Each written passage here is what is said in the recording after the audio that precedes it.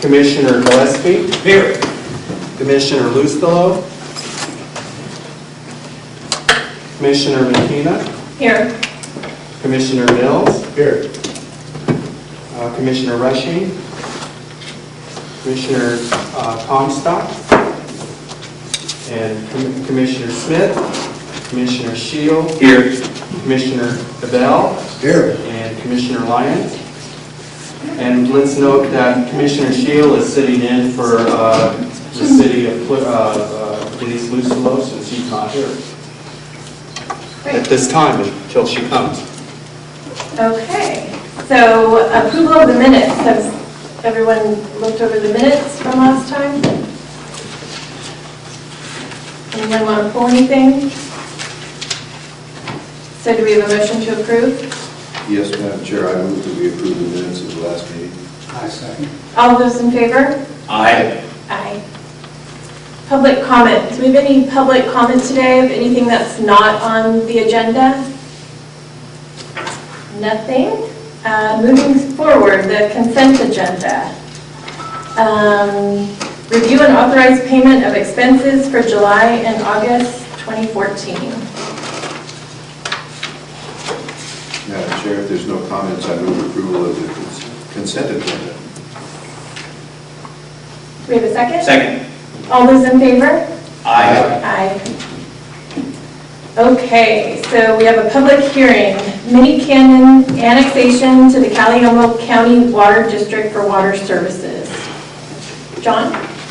Thank you. This project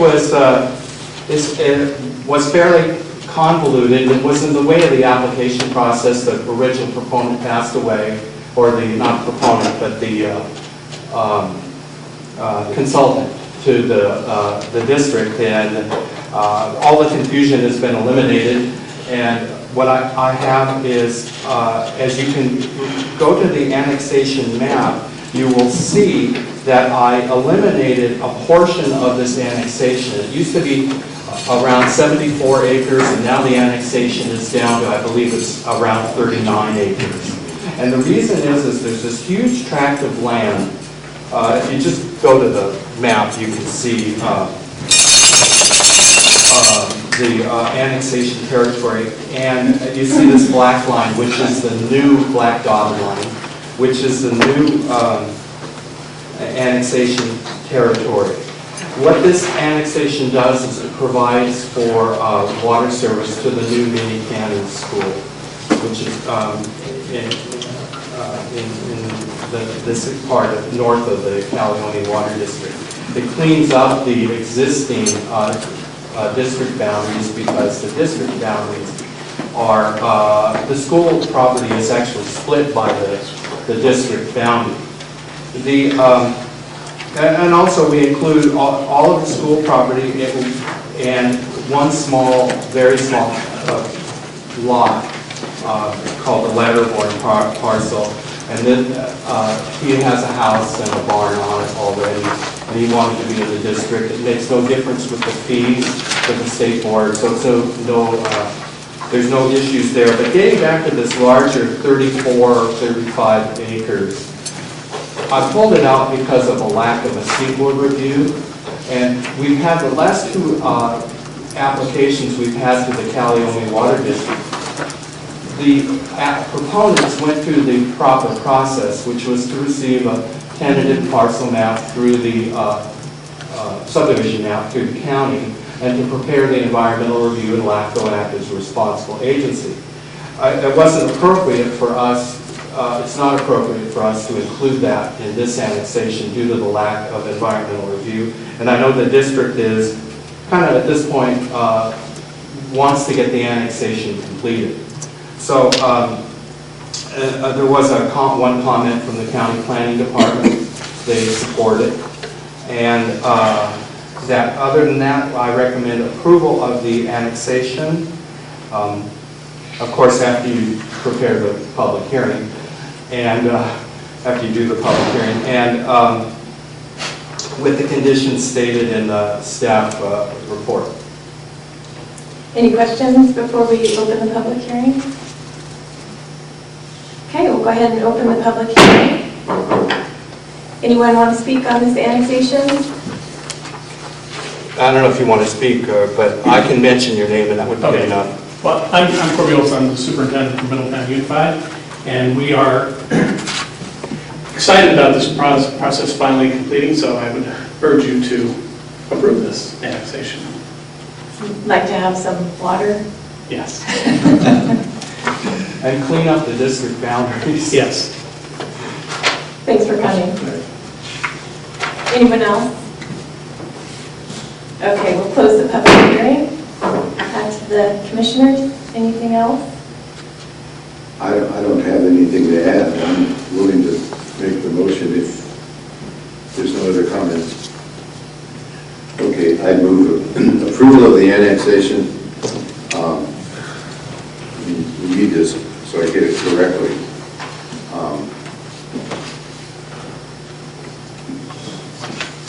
I move that we approve Resolution 2014-0008, amending the original proposal to annex 41 acres, more or less, to the Caledonia County Water District as presented. All second. Okay, we have a motion and a second. All those in favor? Aye. Opposed? Motion carries. Okay, and let it reflect, Denise Lucelo entered the meeting a couple minutes ago and was here for the entire hearing and voted made the second. Thank you, Joe. We have a continued public hearing to consider adopting a policy of when LAFCo acts as CEQA lead agency and consider a resolution thereby amending LAFCo's CEQA guidelines. John? Yes, what I did last month or 2 months ago, we had a meeting on this and drafted some language, and Scott Brown developed the policy statement the way it should read in lawyer speak, so to speak. But he clarified some points that were brought up at the hearing, and we have a resolution for you on page 2 showing the policy that Scott prepared for you to consider. Okay, so we've gone over this a few times. Are there any questions? Anything from the public? Okay, so we can entertain a motion.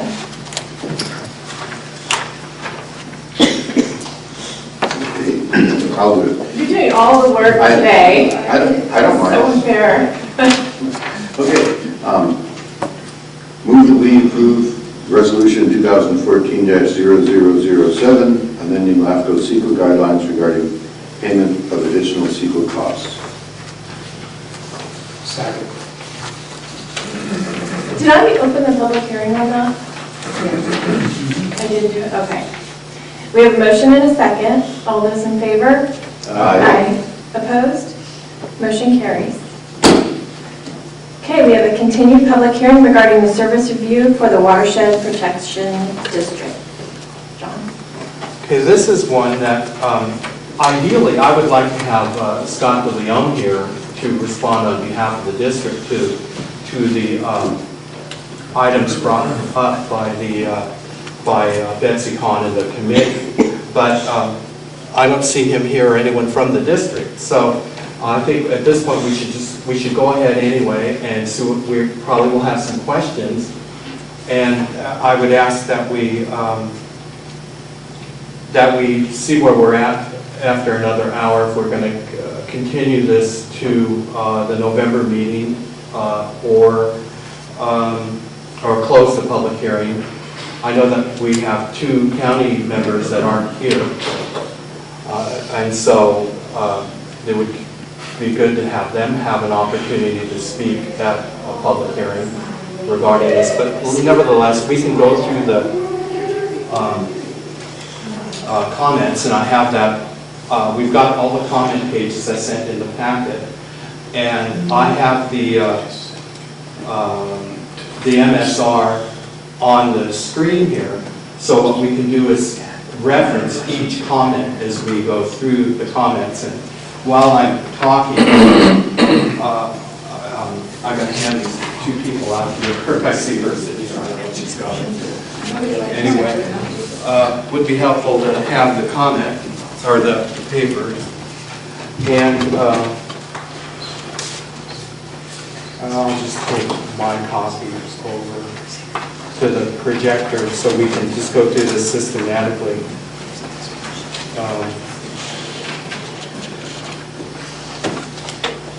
Let's see, I have a chair over there. Hopefully I'll get this thing working.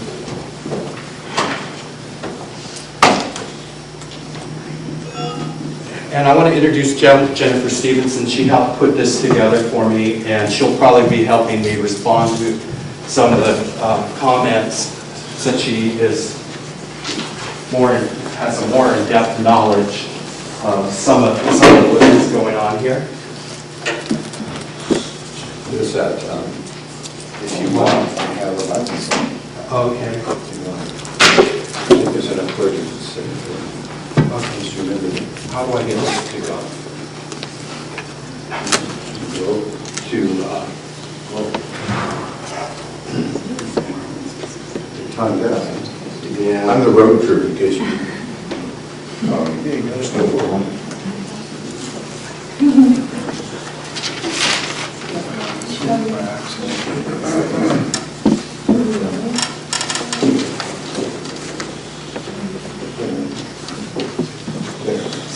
I just have to put the numbers on. Oh, okay. Okay, this is going to come up. This is the service review that was handed out for the last meeting where we opened the public hearing, and this is a continued public hearing. And what I'm going to do is scroll down to the various comments. The first few comments, I really don't have any comments really on Betsy's editorial comments. She's a copyright editor. She knows what she's doing, and they're all pretty good comments. I want to get more to the substantive issues. One of these is the list of committees and the preparers on it's comment number 2. We'll just go on there. I have no problem with comment number 1. Comment number 2 is probably okay. I mean, if that's what you wish to do. Likewise, 3 and 4. There's some debate on the Middle Creek groundwater basin is in the Middle Creek inventory unit in the Great Lake County Groundwater Management Plan. There's some dispute of whether or not that's true or not. And this is one that I have to defer to Scott DeLeon on, the director, for clarification. Do you have any comment on that, Jennifer? Number 4. Number 4. I just know it was referenced as a separate unit in the Lake County Groundwater Management Plan. Oh, okay. So that has to be reflected in the MSR. It was referenced that way. And I believe that was the one years ago that Betsy and I found a mistake in the groundwater management plan, even though it's referenced. And we had this discussion in the past about surface reviews. We're using, it's like garbage in, garbage out. And you use this source data, and sometimes the source data can be incorrect. So everything kind of, when we do an MSR, everything is on the table. So a little notation that should be included, that's what this plan includes. There's a lot of other reasons for that. Then next, number 5 and number 6 on the handout, you have number 7. There really is no comments on. Number 8 is the board. This one here is board group recommendations are presented to. I think I got that referenced here.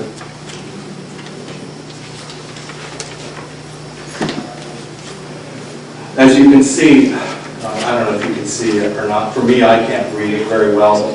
There's a small red number 8 there, and then there's the original language. Can you read that? Or are we out of focus here? Can you read that? You have to expand the view here. Yeah, those are view Telescope. Yes, on the actually, computer. whatever software you're using on your computer. By binoculars. Card.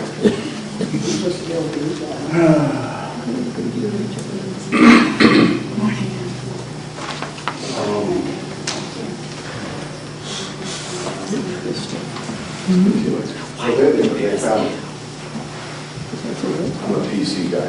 I was nervous about that. All right. Is that good enough? Or do we need to go bigger?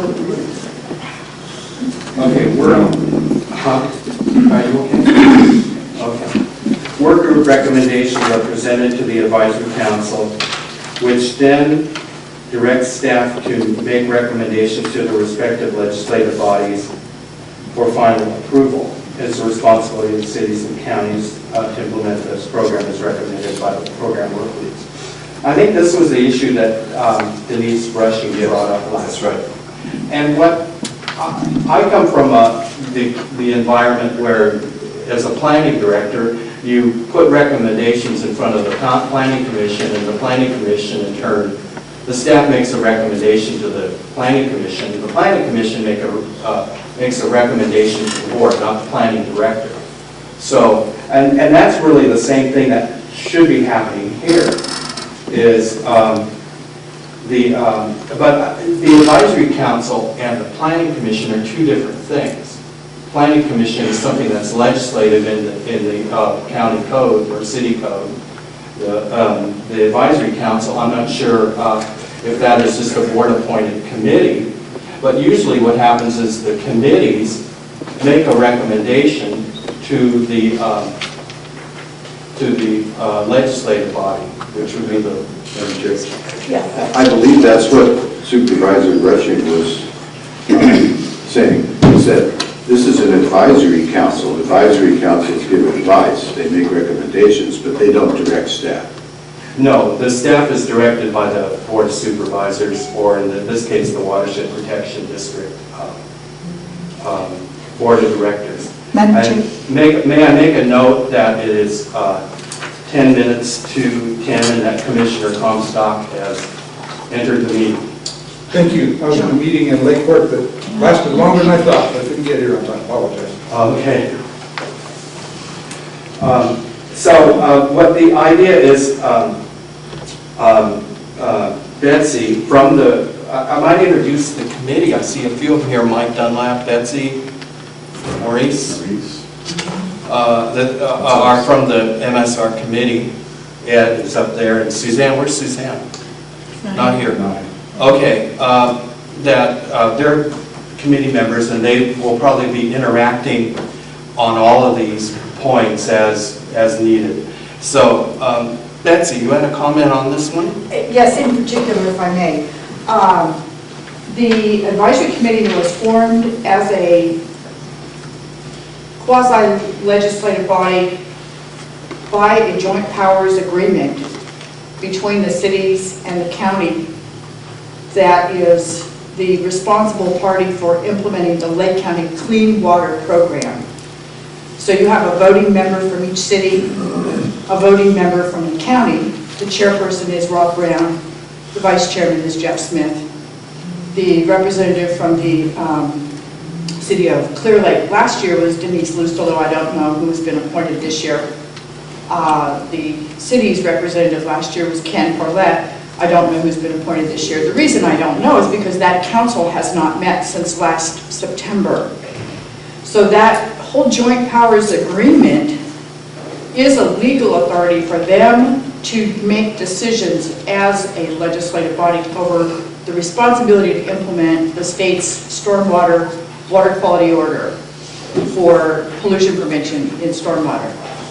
They have a legal responsibility that's clearly defined in the permit issued by the state of California, for which the council was formed, and then staff was appointed by the individual agencies responsible for implementing the Clean Water Program.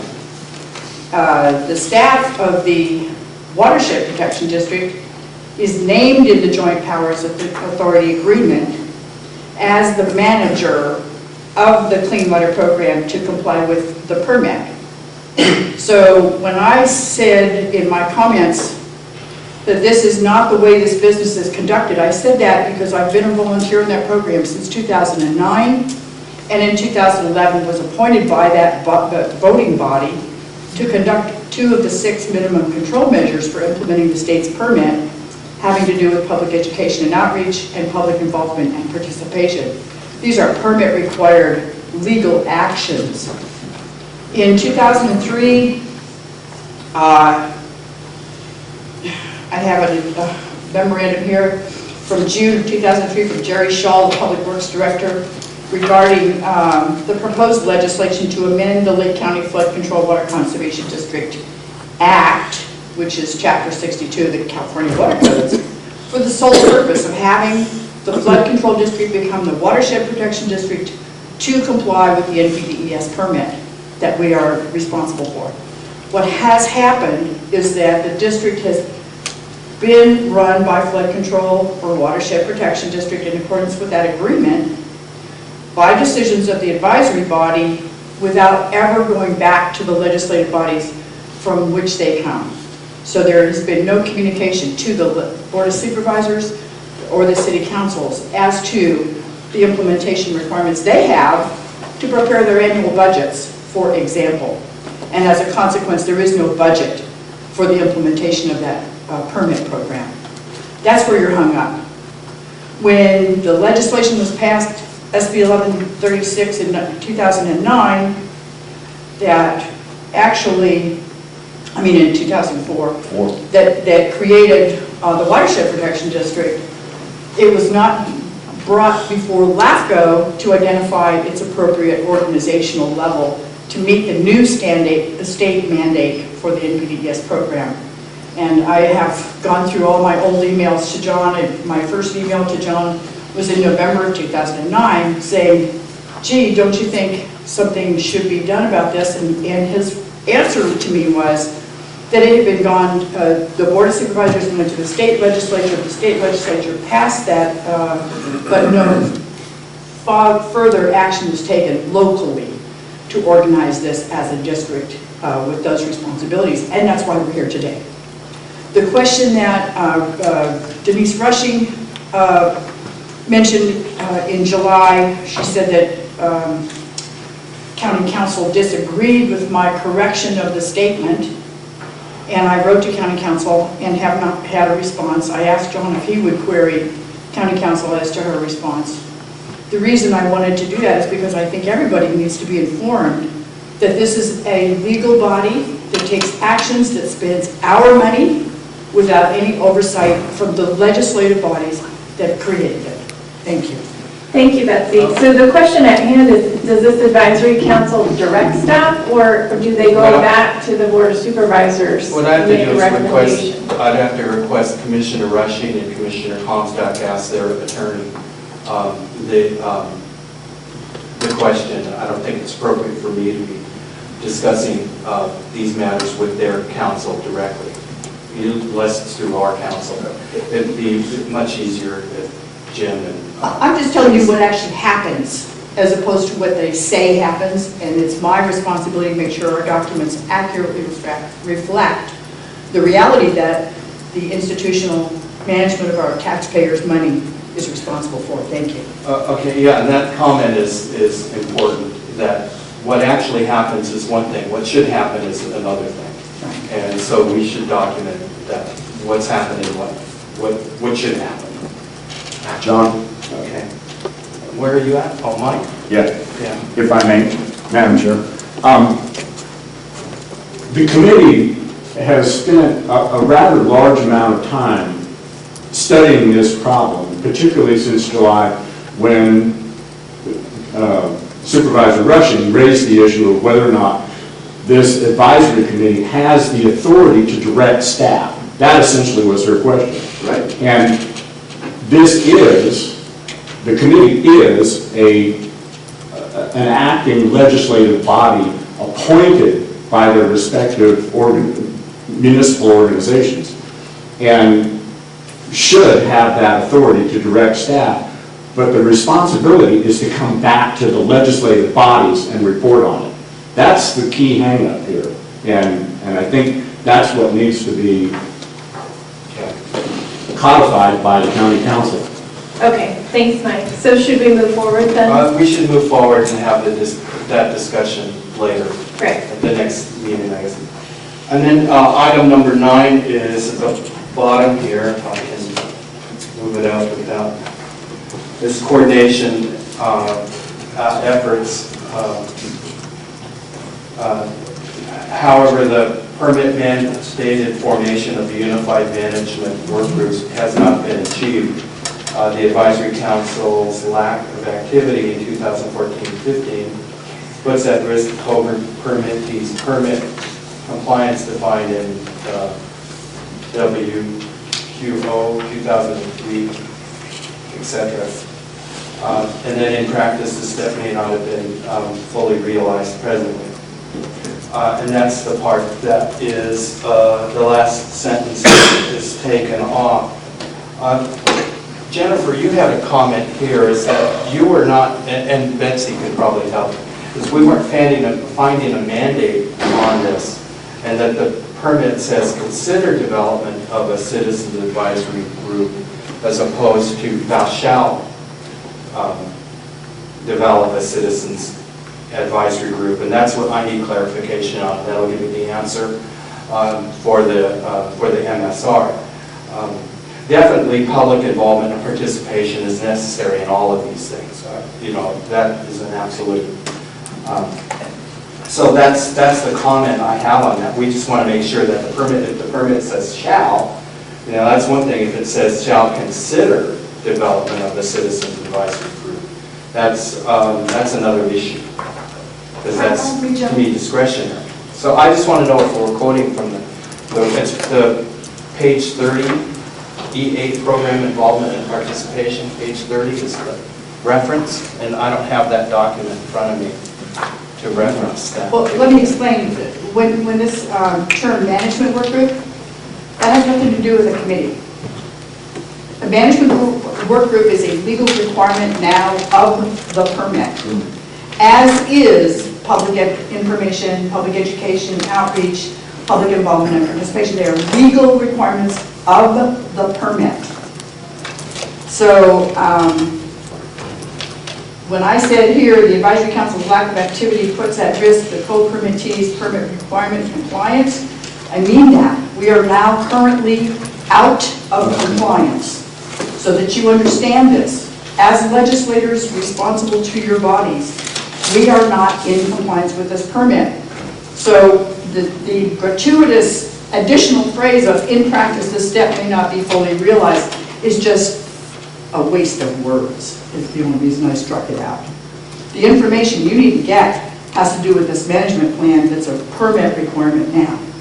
And because the Advisory Council is not actually active and we have not taken the steps necessary to meet the year 1 requirements, the legislative bodies need to address this through the Watershed Protection District. Thank you.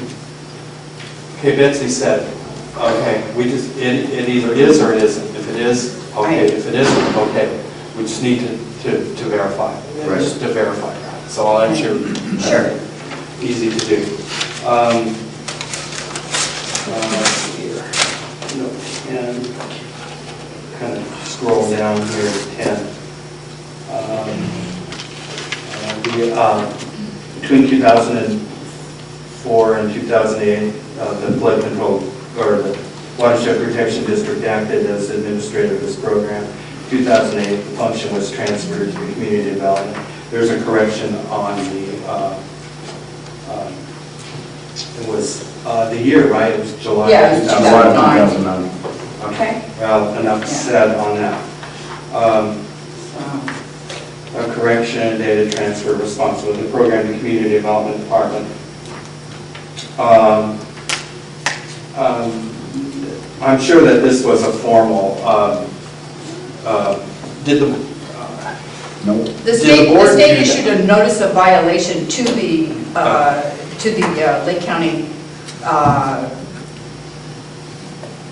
Lake County Watershed Protection District for the Advisory Council responsibility, which had been delegated to community development at that time. And so, and that was It was a formal notice of violation. directors. I'm sorry? The Board of Directors of the Watershed Protection District. Who delegated it to the community? We don't know We because don't know. those decisions are never done in public. We don't know. We show up at a Okay. meeting and lo and behold, community development has been assigned this responsibility. Okay. That's part of the problem. There's no So- connection between the legislative bodies and these actions taken by the council. So it wasn't You're making informal. comment. Oh, Alan. Oh, good. Sorry, Alan, I stole the mic, it's over there. Okay. But you can I talk. thought you were not Speak going to be on it. Hi, Alan Thorpe from the Administrative Office. Those decisions are not made in dark, smoky rooms. You didn't say They are made generally through the adoption of the budget process, which I believe is when that transfer was last made. So if anyone has a question about that, generally, I don't know what it's like with the cities, but generally our budget hearings are not very well attended, but there is a lot of information provided on new decisions that are made, and if people review that budget document, I think they'll understand the changes like that. Thank you. John, would you like a swivel chair? Pardon me? Would you like a swivel chair? Yeah, I guess. If I may. Like the Thank you, Alan, for that clarification, because no decisions are made in dark smoky rooms. It does not happen. Is that only because smoking is not allowed in the building? No, that's not correct, Mike. You know, pardon me, I'm not alluding to some I don't sort of smoke. nefarious decision-making process. It just happens that in responding to activities where the administration has to call upon staff to respond to something like a notice of violation, I'm sure that it's done legitimately. It's just done in a process that doesn't really go back to the decision-making body formally, like the board of directors of the district, for example. Those actions are done normally as administrative tasks, and I think they're responsible actions. I'm not inferring that something is being done secretly here. I'm just Well, that saying. is what was said. Okay, No, it's let's go ahead and move forward. John, what's the next item? Okay, number 11. The comment regarding that is that the title of the 1994 document is Causes and Controls of Algae Blooms in Clear Lake, and it's commonly referred to as the Clean Lakes Report. Note that a 2008 publication titled Monitoring and Implementation Plan, Clear Lake Mercury and Nutrient TMDLs is found on the county website when searching for the Clean Lakes Implementation Plan. Determine which document is the appropriate reference material and sub-site.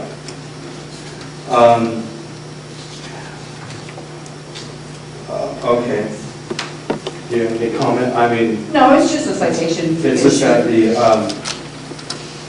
It's easy to fix. yeah, they adopted that, and, yeah, Yeah, it's okay. just- Then there's really not much to say on that one, so we'll just move on. Unless disadvantaged unincorporated communities. This is comment number 12, is the recommendation, clarify relevance and distinction between unincorporated disadvantaged communities and incorporated ones, which will all fall within the sphere of influence of the Watershed Protection District, and flood control management program services. All residents of the county are under the jurisdiction of pay taxes that support the district. Okay, the one thing is that in LAFCo land, we've been using the word disadvantaged unincorporated communities, and so Betsy's on point here is that you're right, there's incorporated disadvantaged communities too. It's just that we took it out of SB 244 and for the LAFCO language. So she's right, there are disadvantaged incorporated, I mean, in your cities, you have disadvantaged areas. And I don't know how I guess the city would be defining these in their housing element. So that point is taken. And also, all residents in the city and the county's jurisdiction pay property taxes that support the Watershed Protection District, which is governed by the 5 members of the Board of Supervisors, who in turn also represent the entire county. Every voter in the city gets to vote for one of the 5 members of the board. So anyway, that's number 12. I don't really have any further comments on that. Do you get something? I sure do. I haven't completed the tax rate area research project yet, but if I'm correct, and I may not be correct, but if I'm correct, the taxpayers who have properties within the incorporated areas pay for a percentage of the cost of the Watershed Protection District under the former flood control program, okay? And they pay for flood control coverage by the Watershed Protection District because everybody here is in a floodplain. Y'all know that. Y'all know you're in a floodplain right now. So the taxpayers pay into the 1% of the property tax that funds the district to about more than $500,000 per year, gets a benefit from the overall flood control insurance program that's managed by the Department of Water Resources. But then they also pay into the city property tax cut that has to go for your flood protection measures that are conducted by the city. So they're paying for 2 different things.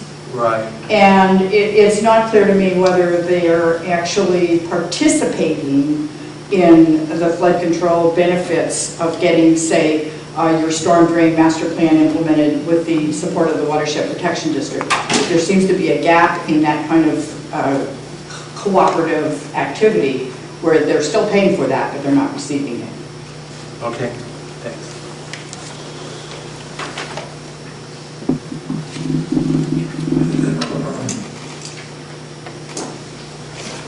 If you're successful at getting that information, I'd like to see it. Oh yeah, it'd be interesting. I'm looking forward to it. So I will say that. Okay, go ahead. So is the question whether the people in the city jurisdiction pay Watershed Protection District? They do. They do. There's They no do. question. Everybody So what's pays the into that question? 1%. Well, it's not 1%, but Well, it's close. It's called the 1%, proper So- attainment. So what's the question? The question is, are the city property owners participating in the benefits of the flood control district to have their storm drain master plans and, that kind of thing? Are they getting that benefit from that level of service? In addition to paying for their own flood control?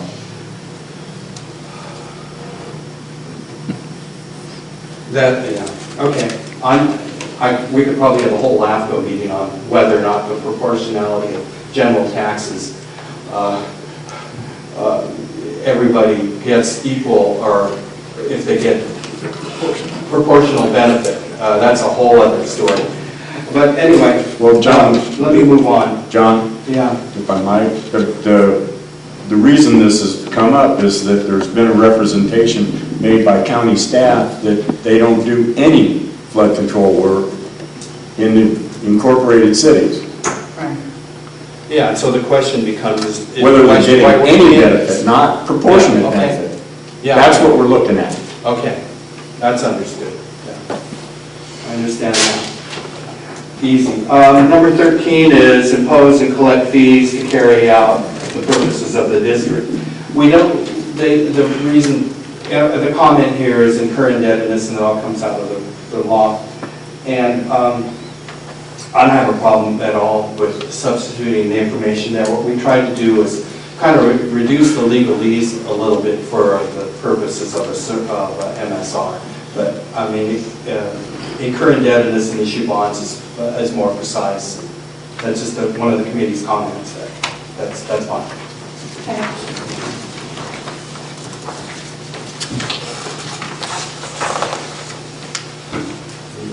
Number 14 is the district's role in managing the Lake County Clean Water Program is defined in a joint powers agreement between the cities, county, and the district. However, the district itself lacks a local enabling ordinance defining the responsibilities to meet NPDES stormwater management permit compliance requirements. and structural authority to obtain intra-agency services from county departments and administer revenues and expenditures.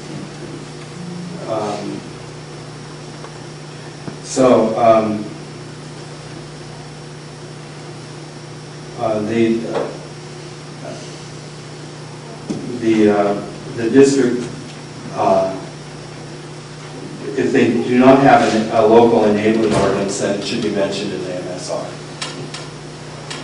I have a question. And Scott's not here, so I don't know what your experience has been, is there's no local enabling ordinance that the committee has found.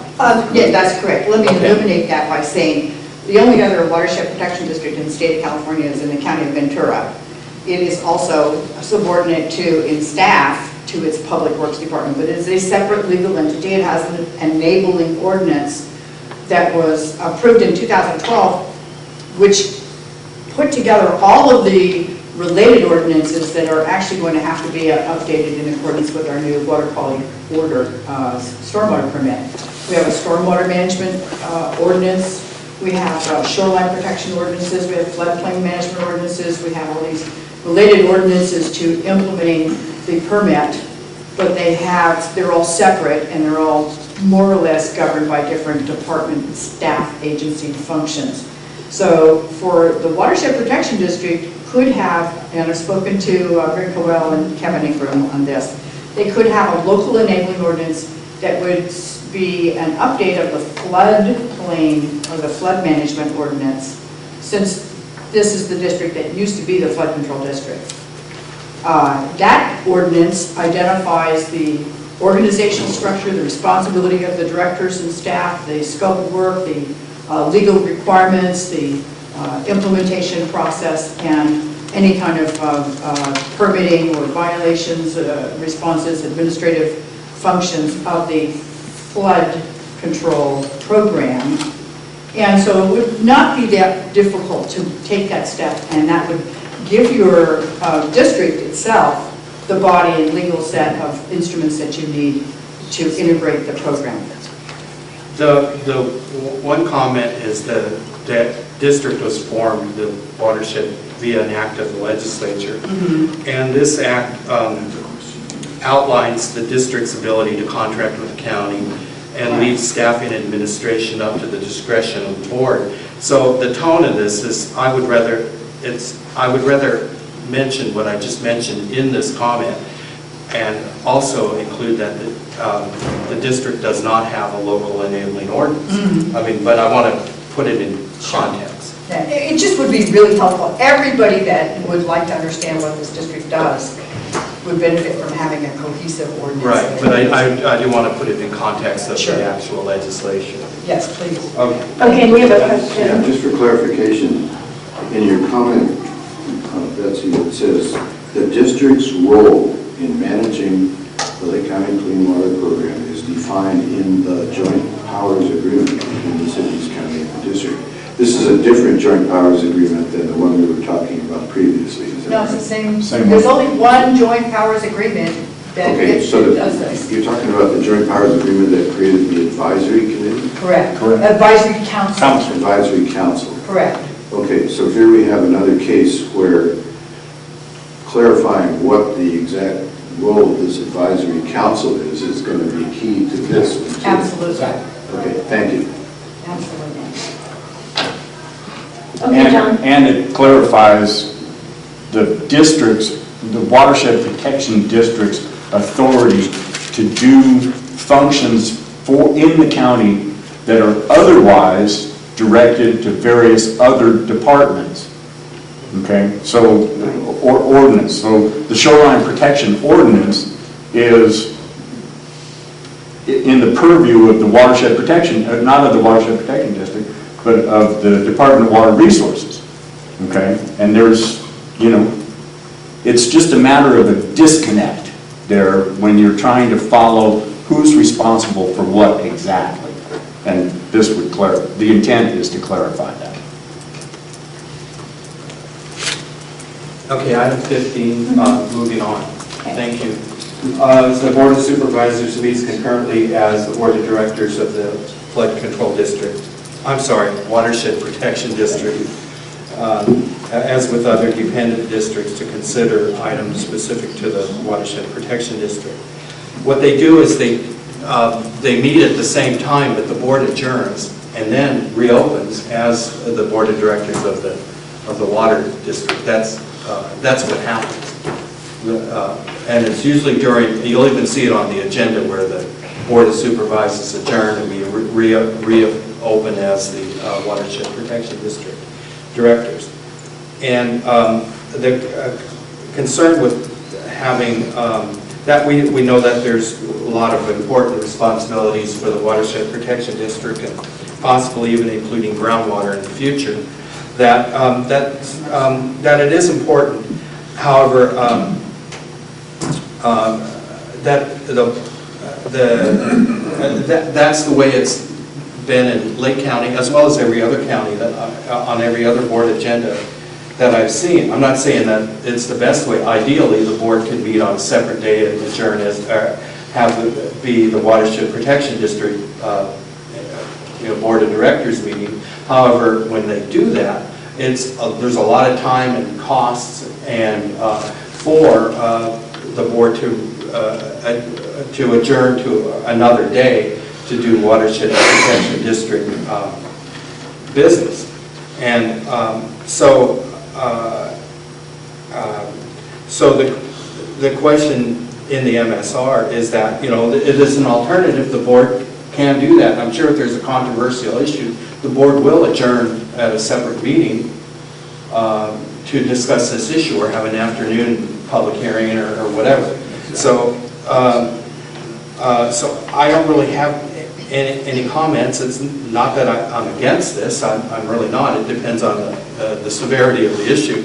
Alan, do you have any comments on that particular one? Being from the inside of the board of supervisors?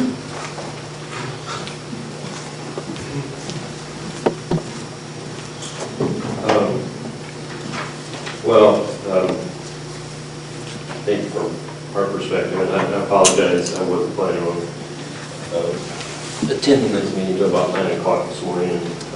Scott was planning to be here, but former employee's funeral was today.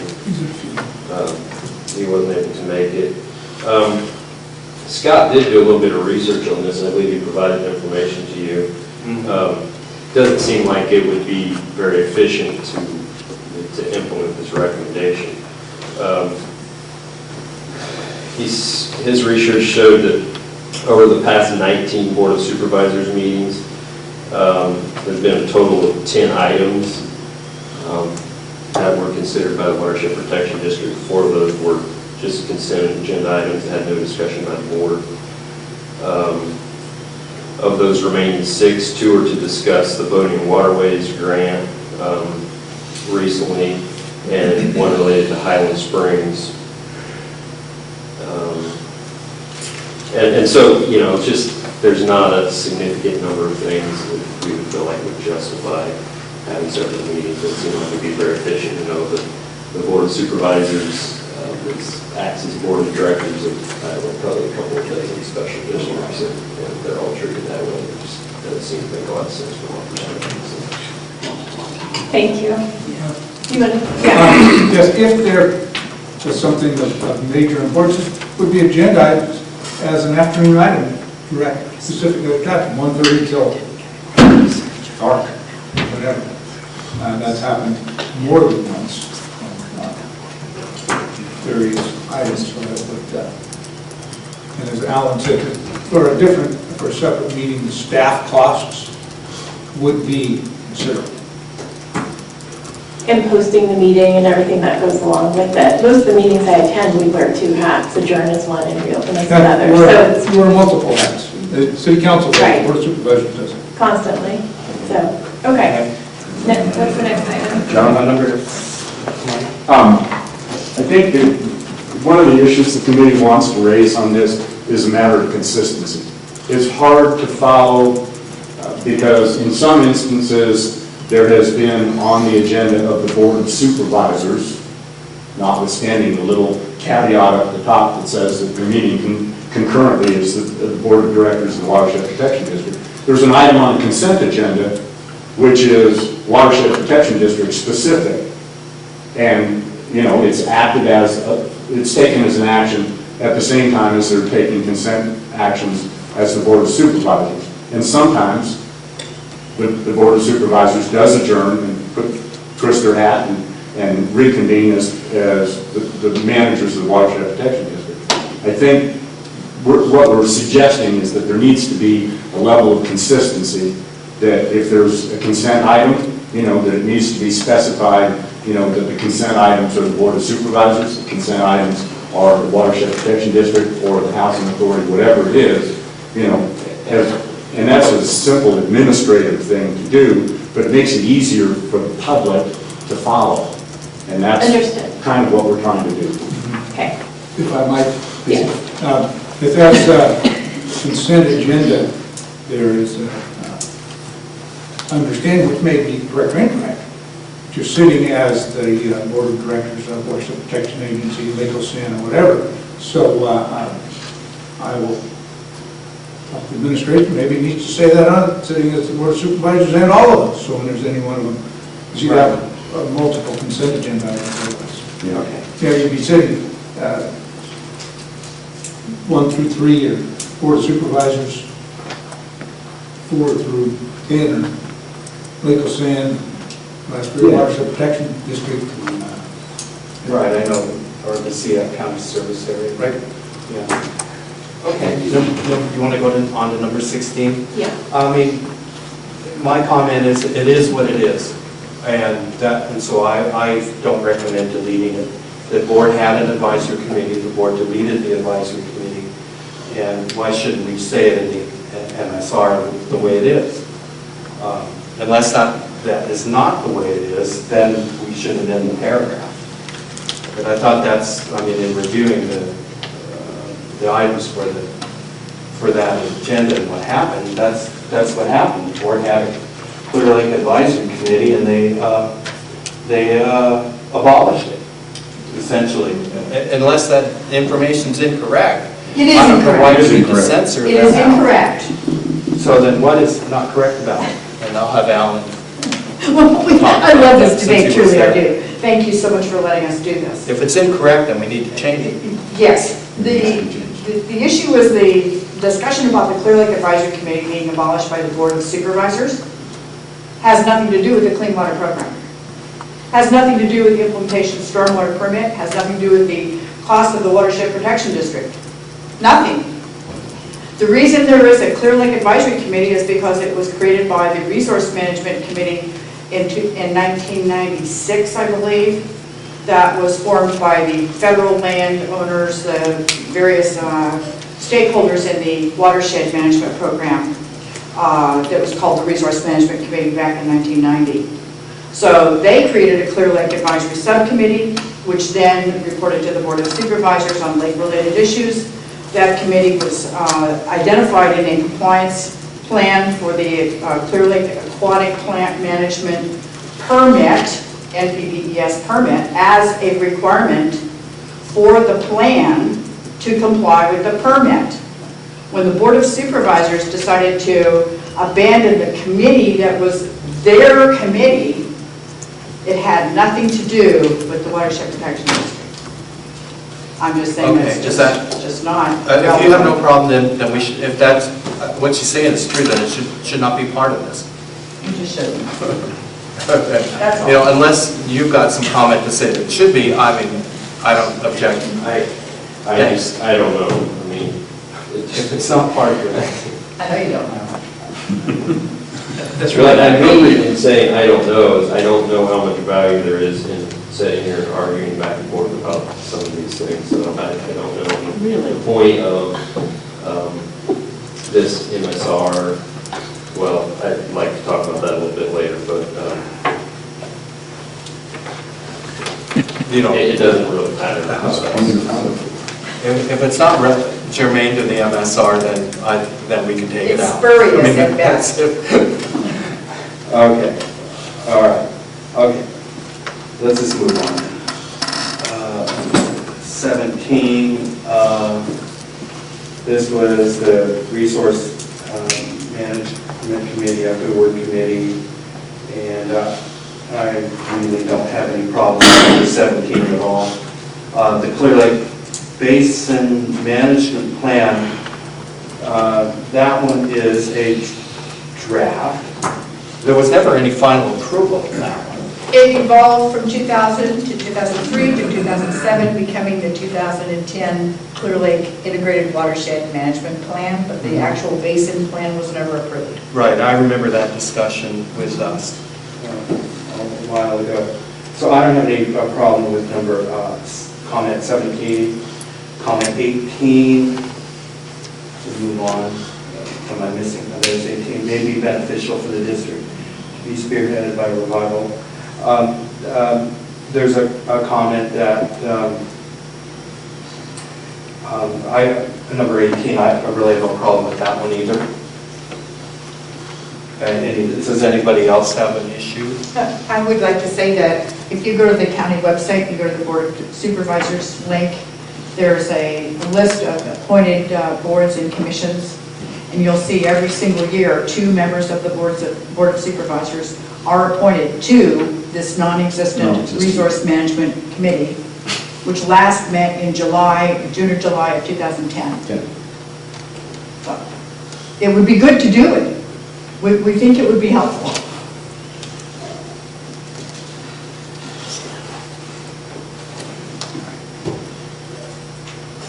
Okay, and the next comment is regarding number 19, and this one is regarding the district, and the words district is eliminated in the County of Water Resources here.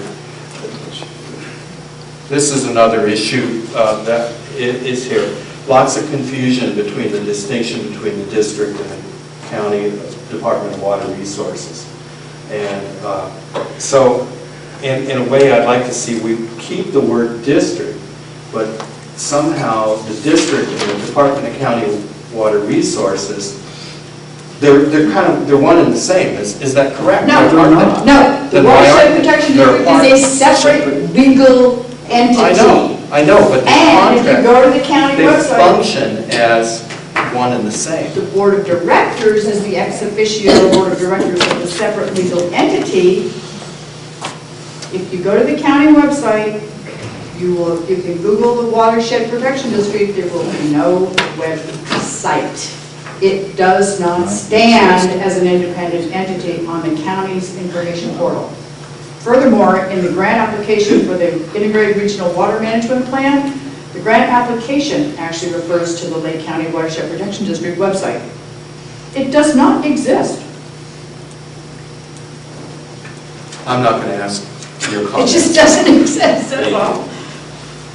Okay, I don't, okay. There's all kinds of stuff on there. There's clean water program, water resources. Thanks for the you know, clarification. Tons. There is an There's issue. no watershed protection. There is an issue with the watershed,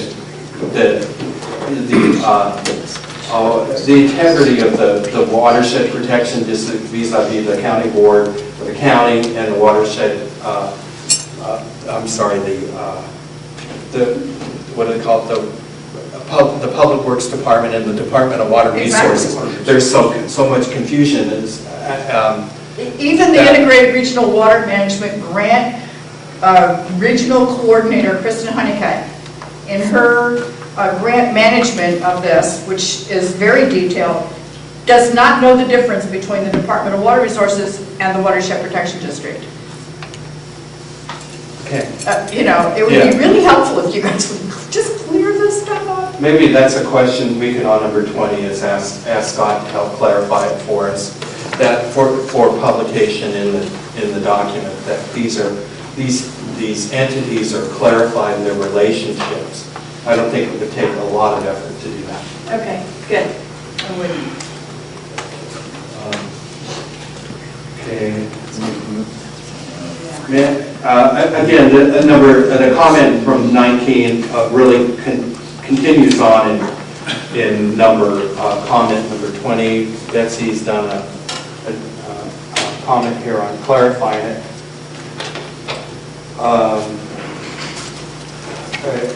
And I don't really have any problem with anything here. Thank you. Unless Alan, no, I don't. Okay, number 21. There are no regular volunteers that offer their services to the district. However, some volunteers occasionally assist with the stormwater and water sampling effort. There's a comment here that there are several volunteers who provide services to the district for water quality monitoring, sampling, and setting. An ongoing multi-agency negotiation of Middle Creek Marsh compliance with NBDS stormwater permit.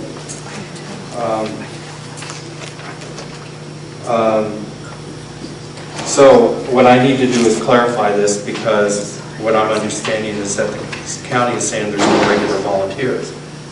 And this comment is saying there are, so It's absolutely bizarre to me. I need to reconcile the two. Please. As many different I know there are entities and volunteers. agencies Craig as must I have volunteer programmed. for, and many people in the public support by paying attention and voting on their, or participating in their decision-making processes. For this statement to say there are no volunteers, I just can't understand where they're coming from. There may not be an official list of people with badges, but there are certainly many volunteers participating and supporting this program. Okay, well, you know, I'm in favor of, if it is what it is, that's what it is. And then, It would just be nice if they would realize that. I think that the problem was that how the question was placed by me. I asked for regularly consistent volunteers that were supporting staff in efforts in their projects and whatnot. I wasn't asking about people that were taking part in public meetings and such. So I was asking about regularly consistent volunteers at, say, cleanups or something like that was what I was asking about. So I think that's where it ended up that they were saying there were no regular volunteers. In particular, the Lake County Board of Supervisors agreed to form a volunteer-based committee to develop the stormwater, the satellite imagery project. Technical advisory. They did that, the technical advisory group. Mike and I were invited to be participants in that. Mr. Steele was involved in that. Chuck and Holly and Dennis Locke were, these are all people who then went out and conducted water monitoring last year during the stormwater event, supplied that information to the County Department of Water Resources where they could take it and analyze it. So, and we've had meetings with the project coordinator, Carolyn Rutan. This is literally us volunteering for the Department of Water Resources that, you know, so you could say that they're not volunteers for the Watershed Protection District unless you decide that this is a program run by the district. But it's just to say that this seems to ignore the fact that there really are participants in these compliance projects, that this is not just people voting and going to meetings. okay. Yeah. And also there's an addition here that the district would benefit from the collection of volunteer hours as in-kind matching funds. Absolutely. That's valid. That should remain. One other thing, John, this is kind of nitpicky, but several volunteers provide services. It seems like someone that provides a service charges a fee, that it'd be more appropriate to say that they assist or provide support. Okay. You know, How about provide services pro bono, which is what we've been doing for a year and a half on the technical I know, advisory. you should get a job with them, huh? Well, No. they don't have any money. Can't afford to pay me. And let me But explain. here's the, I mean, that's a tiny clarification, but yeah, you know, I get it, you guys are volunteering, you should be noted, but it's not a service, it's an assistance or support. Really, going out on the lake in a boat and sampling water is not a service. Water grounds. I would just like to mention, as a volunteer for my senior center, my hours are recorded by the AmeriCorps program called the Retired Volunteer Senior Program.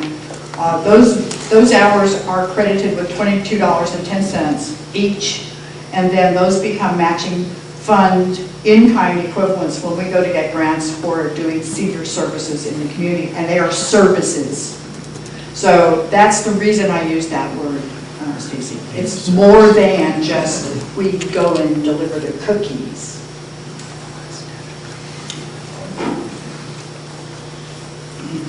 Moving on. Moving on. Number 22, the Scotts Valley Groundwater Management Plan. The committee recommends that we just exclude that reference to the. There is no such thing. Yeah, and that's the reason put forth here is that it doesn't exist. If it doesn't exist, it should go. Okay, moving down. We know if I miss anything here. Going through the budgets, and there's, I don't know, I guess I must have missed putting a number in here somewhere. Yeah, 23, there it is. The Clear Lake Upper Middle Creek Basin, 23. When we get into some of these budget units, I got an email from you yesterday about some of the changes in some of the budget unit numbers, Right. names and number numbers. We need to reconcile all of those, so I'm not going to get into those now. They're all published in the new budget, and we'll just make those changes. The Upper Middle Creek, the budget unit, getting down to 23, 24, and 25, 26, 27. All of those comments, those are, I'm sorry, not 27, but 26, is the flood zone 8 is the Upper Middle Creek Basin. Is that correct? Well, you know, I mean, if it is, we could put it up, it's, whatever the budget says is what we'll do. well, the fund is for flood zone 8, and I know that because I pay. I zone live 8. in flood zone 8. But it is the Middle Creek, just for the parentheses, it should be just reverse, flood zone 8, parentheses, Middle Creek Water Basin. Yeah, I would. Just put for- whatever just you for wanna defining say for it, that. just I for just would saying. like you to understand this, as a taxpayer, I don't pay for the upper Middle Creek Basin. I pay for flood zone 8. So those may be 2 different funding programs, I don't know. Okay. The next one is, as I can get through here, number 27, I have it all written here, it's the tables. 27 refers to all of these tables and format. And there's the table format, and there's the format here. To me, it really,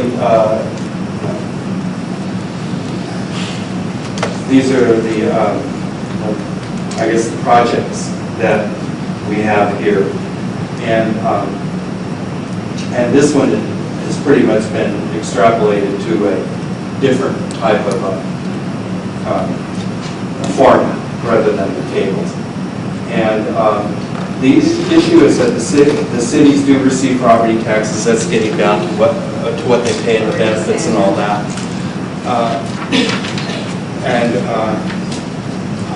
I don't know if the MSR should be advocating that proportionality is wrong on a general tax, like Prop 13, these property taxes.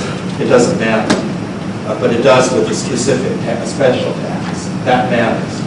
So I don't know, without getting into a discussion of the Prop 13 and Prop 218, what happened during that time. I'm not saying it's not an issue. It is an issue out there. There is something that is to be said for that. So let's see, do I have any other comments on some of these things?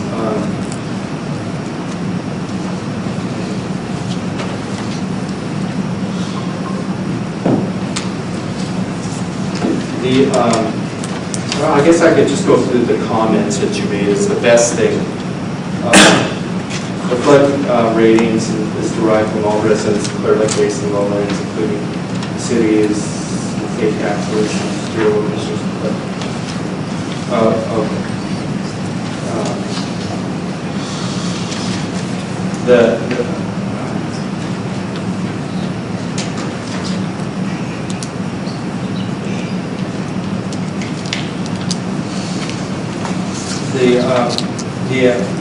The allocation doesn't, that you pay this, it doesn't matter if you're in an incorporated city or not. I mean, it's for flood protection.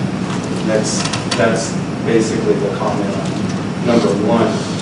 Number 2, the project may be the Upper Lake Levee Maintenance Services, and the definition the budget unit belongs in the text.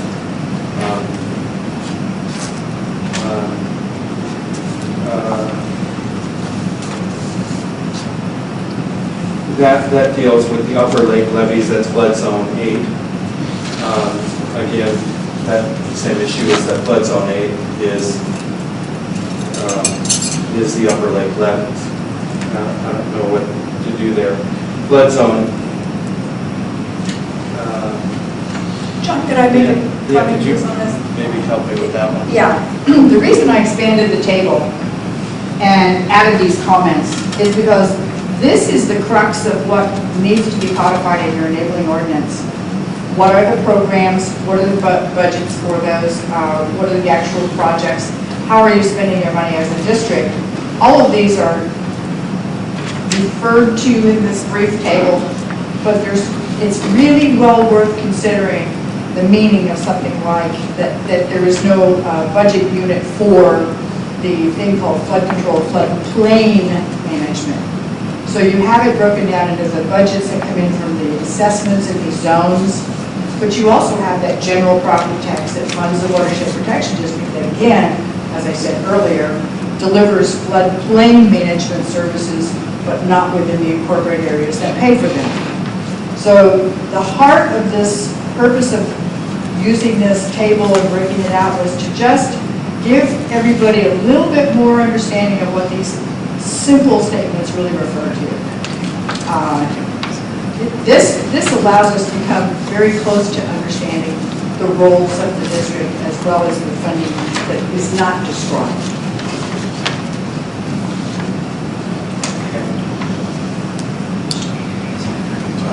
Watershed stewardship term is a catch-all that is not actually supported by any program we have there.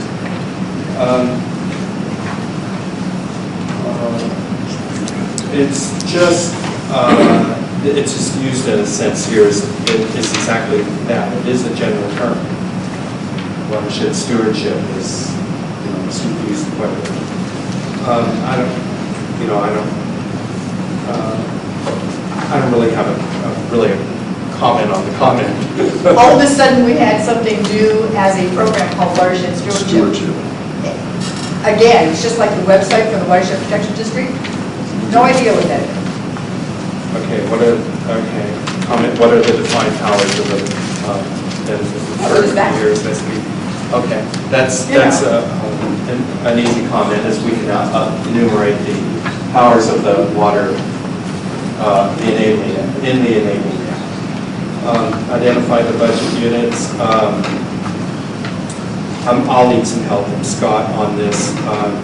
And you found it already identified, Jennifer, somewhere on number 5. Oh, The Adobe Creek Reservoir. it's already mentioned in the description Oh, okay. for number 5. Budget 101. Oh, okay. Okay, going down. We go.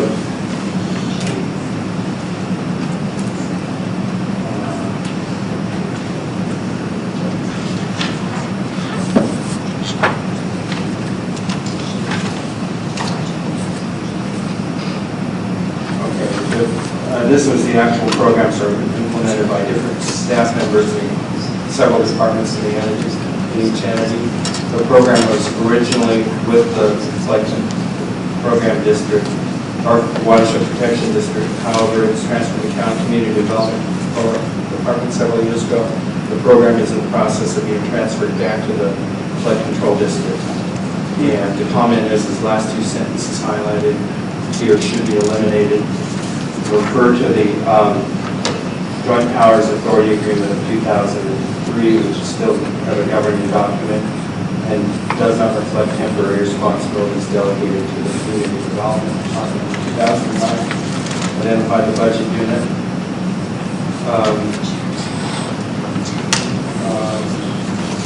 While this transfer wasn't really documented in the Joint Powers Agreement, it still occurred.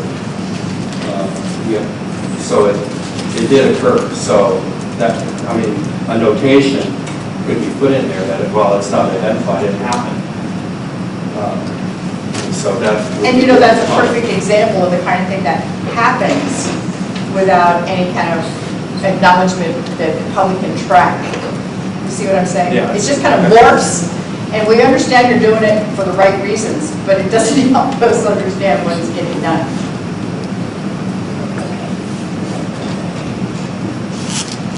Okay, development review, I'm going down to number 9 here on the comment sheet. Development review entails stormwater runoff modifications and does not address water supply capacities for source protection in compliance with fire suppression standards and treatment plant capacities, surface water supplies. And then I'll show the reference standards are dated 1999 and they not need to be updated in line with new state stormwater management permit requirements. Integration with permit mitigation as a function of permit compliance requirements may impact relevant ordinances.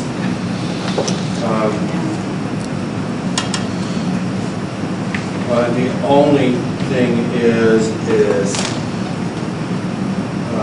there probably should be a restatement in this description above, and so we should include some of this information. Restate the description. John, can I comment on that? Yeah. You know, with the governor's new decision, the legislation was signed, I believe, yesterday. Yesterday afternoon. Right, to require groundwater management throughout California. And because of that, now, of course, we'll have to develop actual groundwater management activities that we have not done yet. The groundwater management plan that we have covers a description of the basins and was used following AB 3030 to empower the County of Lake to become identified as the legal monitoring entity. But on June 4th, in a meeting with the Integrated Regional Water Management people, Scott De Leon acknowledged that the County of Lake does not actually manage groundwater. The trick is that when you issue a permit, you want to be sure that you have the water supply, and the Department of Water Resources has always been circulated the initial studies, but they have not commented or been required to calculate the loss of a safe yield, because there is no safe yield calculation. So this whole issue will pretty much become moot when we then embark on real groundwater management programs. Okay, and I do want to schedule an item on it, maybe the next agenda, when we know more about the legislation, and after the LAFCo conference, which is going to, in part, focus on groundwater legislation, and to have a discussion on that at the next meeting. Well, it'll change a whole lot of things. Okay.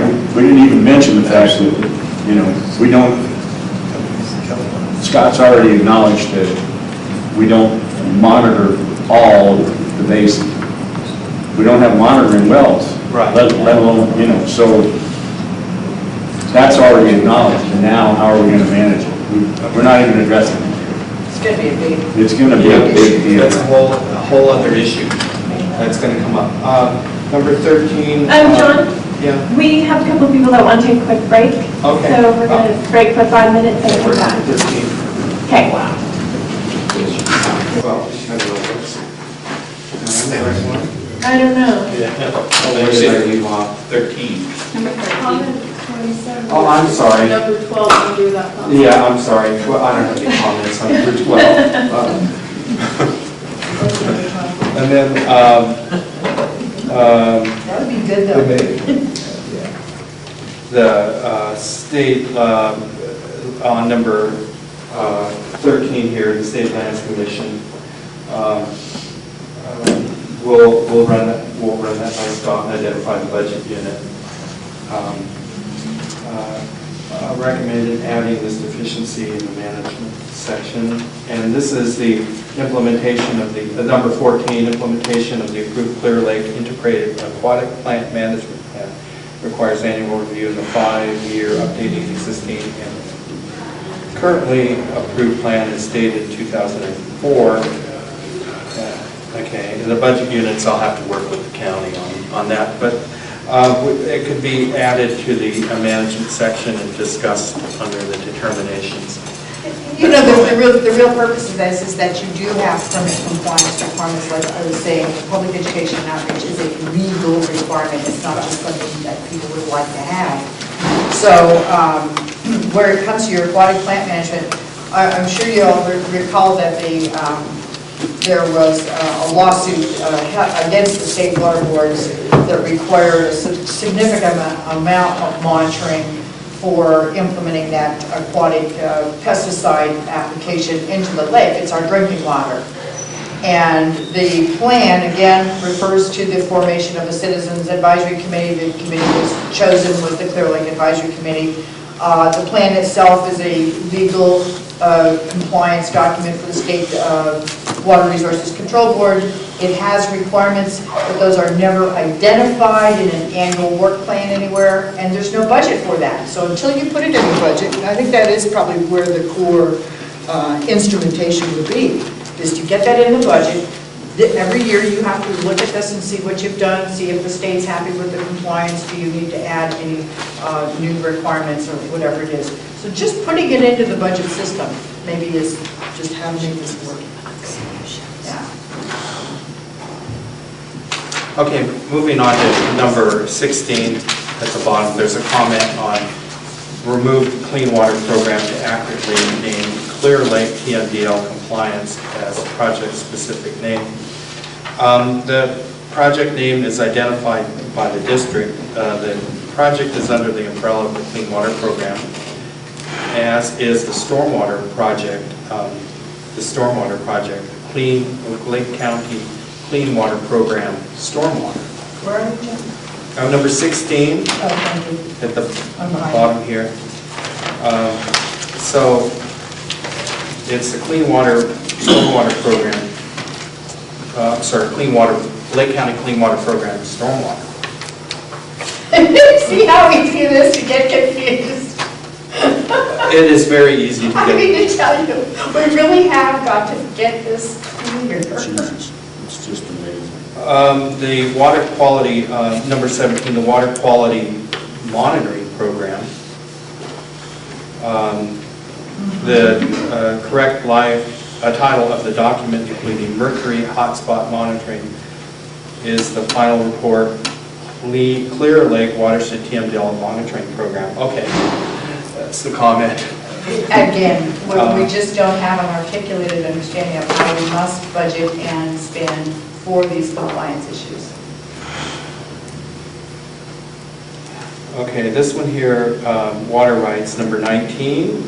The comment is, this is dealing with water supply management. The county's groundwater management ordinance protects from exportation of groundwater supplies out of the county boundaries. It needs to be updated in concert with other authorities for compliance with the NPDES permit. Okay. Okay, and also probably the new legislation too. What I was going to say is all this I'm gonna will leave fall that. out of that. Yep. Yeah. I'm going to leave that one open at this point because of that. You will still have to identify You have to budget identify. for it though. It will Pardon need to me? be And budgeted. identify the It budget. needs to be identified. Yeah. Okay. What's happened is there's a lot of confusion going on with what budget are all these programs in. Nobody can follow the money. And so, or at least they can't. They're more red than And most we've tried people. pretty hard. And it's very hard to follow the money. So If that's you can't see it, the you just big look at picture problem with this. I mean, I have my own comments on the groundwater management ordinance, but that's not why we're here, so we won't talk about it today. Anyway, let's see here. Review and revision of ordinances, number 22. Search in the website revealed no document entitled Wetland Management Plan. Okay, and the comment is clarify appropriate documentation and resources. John, did you skip 20 and 21? Because, I'm sorry, I have no problem with identifying budget units on any of these. Oh, okay, good, thank you. Okay. Very helpful. And, okay, and we've asked Scott to confirm on the shoreline ordinance. And also the HCP. I don't know if this HCP has been adopted or not. The what? Habitat Conservation Plan. There is none. None. Right, and it's a model, yeah. And it will dovetail with our new permit requirements for the stormwater program, which, Yes, it will. yeah, those are all, Okay. have to be done. Okay, one of the comments is that the county should conduct a comprehensive review of these ordinances and make necessary updates to ensure consistency. That is one of my comments on this. Well, furthermore, it is a legal permit requirement Yeah. for water quality order to be done in year 2, which is this year. Okay, So it's not just a suggestion. okay, Yeah. good. Okay, let's skip number 28 and then go on to number 29. Minimally adequate, and replace with their word minimal. Okay. It depends on your preferences. I mean, I have no problem one way or the other. Minimally adequate. This is a semantic It's a quibble, semantic. but at the same time, if you evaluate the previous 20 items on here and you see that you don't know what any of this money is supposed to do or how much it is, would you call that minimally adequate Or just Yeah. minimal? or just minimal? Minimal. Let's just That's use just- let's just use That's my minimal. philosophical Okay. pitch. Okay. For now. That applies to number 30. District, let's see here, number 30 is regarding district website and replacement development of a district website and removal of clarity. I don't really have any issues with any of those comments. The first,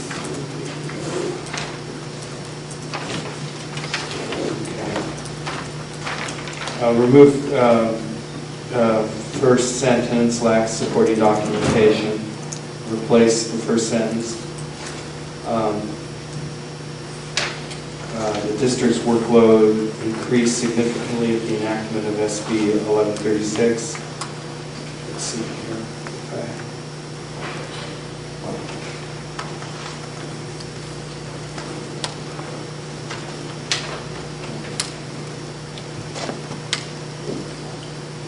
I like to say I didn't want to put words in the mouth of the commission or the executive director by suggesting this phraseology, but it would help if you did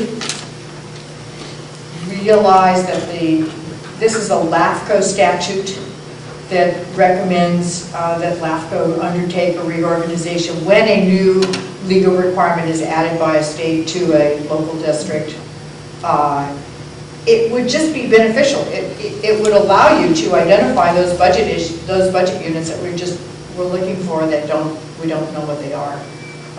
You have certain kinds of competencies that are required by districts like our special districts.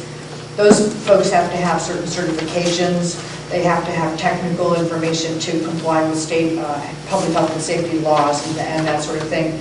You don't know what the requirements are for the compliance with the NPDES program in terms of technical expertise. So you don't know whether your organization has the expertise to meet those requirements.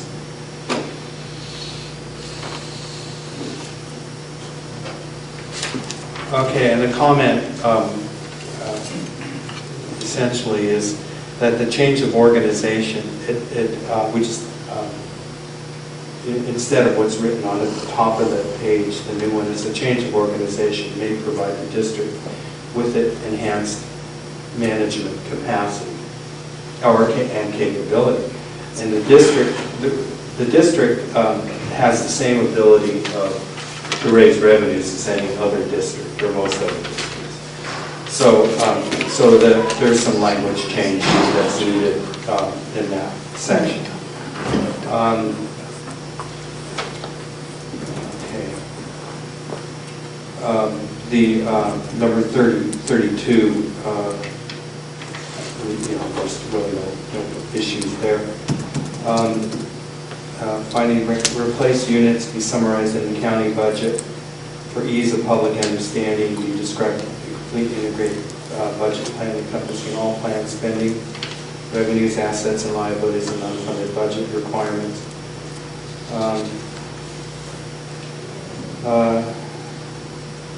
That one,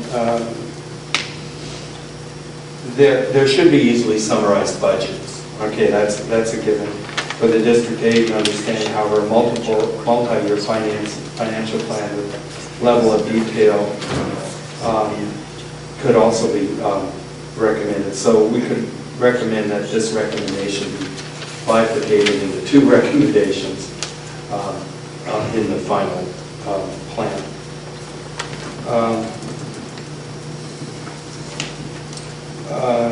And that number, comment 33, it just speaks to the same issue that we just talked about before. There is an issue with the public understanding the budget, and it should be easily accessible, readable, understandable. I mean, all of you have picked up a budget and have seen, you either understand it or you don't. Some budgets you can't understand, others you can't. So an effort needs to be made in that direction. Page, yeah. Sorry, I'd just like to say, I work for global corporations. We had annual reports that described our assets and liabilities. And among the assets of this district are land, equipment, technical expertise, millions of dollars worth of documentation that comply with legal programs and have defined spending activities for everybody that we all pay for. You don't know where those are. There is no report that shows the assets and liabilities of the district, nor does it show the legal requirements as we looked in these absent budget explanations for the programs. So I'm not asking for a bank book review. I'm not looking for a balanced checkbook here. I'm looking for something that tells us that we have the ability to add programs or to fund programs or not within a readable, understandable report. And over time, we've had conversations about fund management and how that particular document explains what each budget unit does and what fund it comes from and that sort of thing. Those are not useful tools for developing taxpayer support for programs that you have to pay for.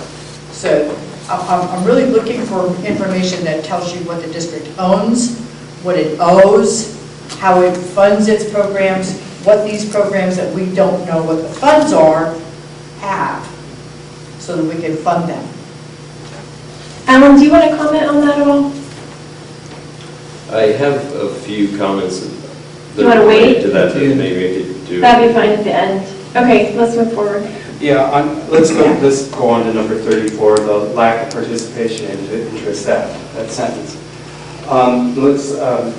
There's a recommendation to replace that with the district should review means of ensuring continued stakeholder input and involvement in its functions. The district should determine the cost of services needed to implement required multi-jurisdictional coordination, stakeholder participation. What we do is keep the determinations more simple, and that many of the district's advisory committees and venues for public input have been formally disbanded, and that the district should review means to ensure continued stakeholder input and involvement in its functions. And if you go back and discuss the necessity for the resource management committee that exists but doesn't operate under the leadership of the board of supervisors that are appointed to it, and we rejuvenate that multi-jurisdictional legal body that has to comply with TMBL for nutrients and Clear Lake, you could just say, hey, a lot of this stuff is just not happening. And that's a finding, as long as people understand it should lead to some action. That's a passive statement to say that those committees no longer exist. what do you want the commission to recommend to the district that they do about that? Okay. Okay? All right. And then there was an email comment that Betsy sent me, and that's regarding the budget, some of the change in the budget. We'll correct. We'll do all that. City property owners, there's that continued sticking point, but I'm waiting for some data from you on that one. I am waiting. About the city's contribution to flood control. I think that's something that we won't be able to do anything about, but it can be mentioned. But I need some data. Well, I'd like to just address that one overall point. The entity called the Lake County Watershed Protection District provided taxpayer-funded participation in a long-term 20-year plan that received grant monies for Proposition 84. It's called the West Side Integrated Regional Water Management Plan. So we all paid for this entity called the district to participate in this state program determining our 20-year water management future without any actual participation at the county level. So where the discussion of the cost to the city taxpayers for floodplain management is parallel to the overall taxpayers of Lake County contributing to an entity that represented it in a long-term water management task that the taxpayers really didn't know much about. They didn't get any benefit of education prior to this. You know, if you were smart enough to get on the state's email list, and then you were smart enough to open that email, and you were smart enough to know that that meeting took place in the city of Clear Lake or the city of Woodland, then you got to participate. That is not acceptable.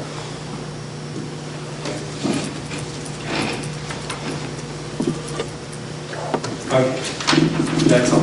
Okay, thanks for going through that, John. Do we have any questions right now from commissioners? Okay, this is your chance, the public. Any other comments?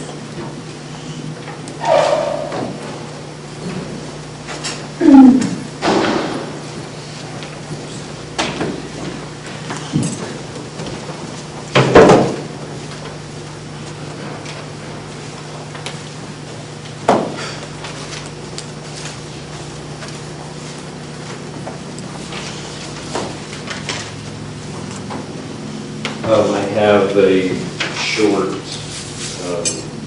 letter from the county administrative officer I'd like to look into. Hand some out here.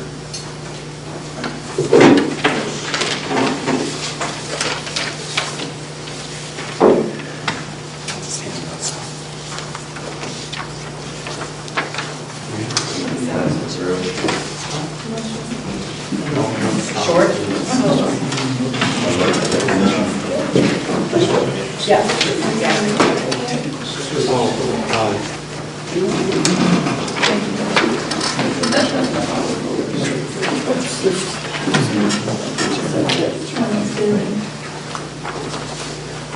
don't know if you want to take a moment to read or not, but there's just a couple of main points that Matt wanted to make today. I guess the overall point is to have a little bit more time to review as this document comes together. It sounds like talking to John, that's the plan that they'll kind of incorporate some final recommendations to the commission, and we'll have an opportunity to take another look at that. And so we also included some excerpts from some of the budget units from the fiscal year 14-15 budget, which provide a little more information than in past years on kind of the administrative breakdown. I apologize, the copies on the one little chart there don't reproduce very well, but we can send that out by email, or of course it's available online as part of the county budget document. And we've had a number of conversations, I think we talked about here, talked about with staff related to sort of the confusion with the transfers that are received into budget unit 8107, which is water resources, for administration of not only the Watershed Protection District, but the flood zones, lake bed management, so on and so forth. And so the point that Matt wanted to make is that, well, yeah, it is a little bit confusing. Really, the alternative is to provide a negative appropriation, which we do sometimes in that budget unit, that transfers the money in there, but that would result in the bottom line item total in that budget of being zero. And just, it seems that would be more confusion even to the public that, you know, it looks like there's no appropriations or no money being spent in that budget because it's all zeroed out with that transfer in. So that's why it's been reflected this way. Of course, this is reviewed annually through our financial report. It happens in, you know, a number of other budget units and funds in the county budget. So just wanted to provide that information to you. As I mentioned, Scott wasn't able to make it. One point that he wanted to make, we already discussed related to the separate meetings. And that's all I have right now, unless you have any other questions. I can try to. Okay, thank you, Alan. Any other comments?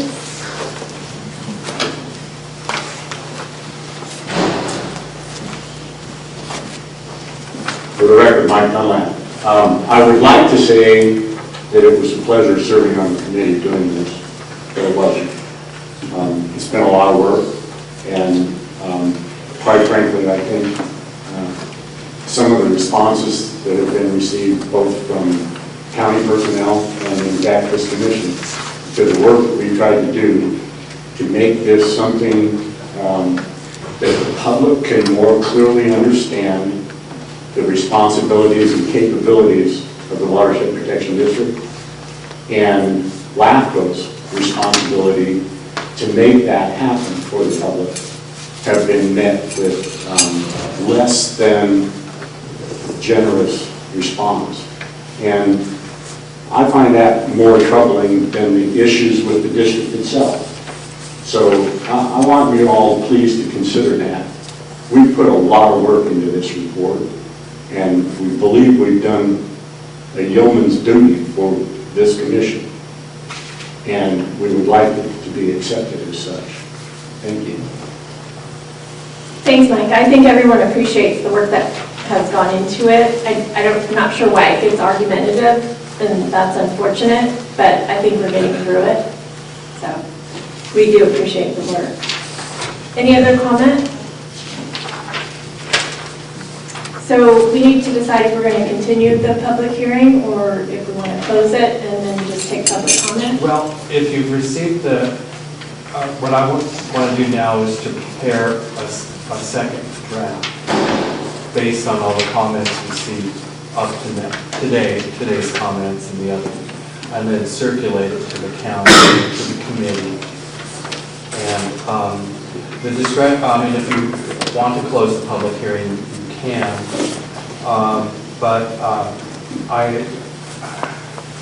Really it's up to you because you're going to all be commenting on it.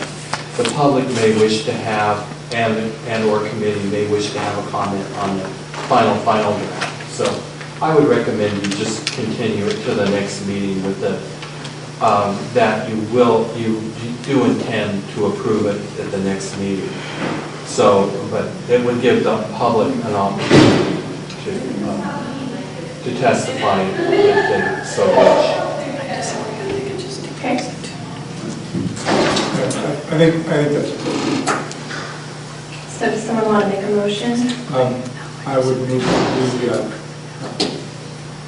re-agendize this for the next meeting where it will be presented as an additional draft, including the comments that have been offered today and that public comment would remain open.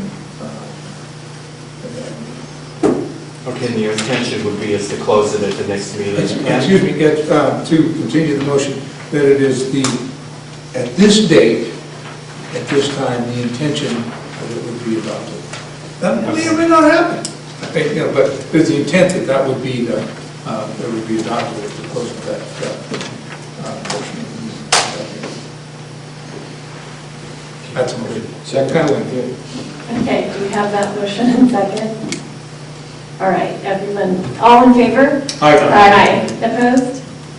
Okay, motion carries. Madam Chair, a point of clarification, Yes. and I guess this is directed at John. Is the intent to bring a final draft to the next meeting of the Yes. commission?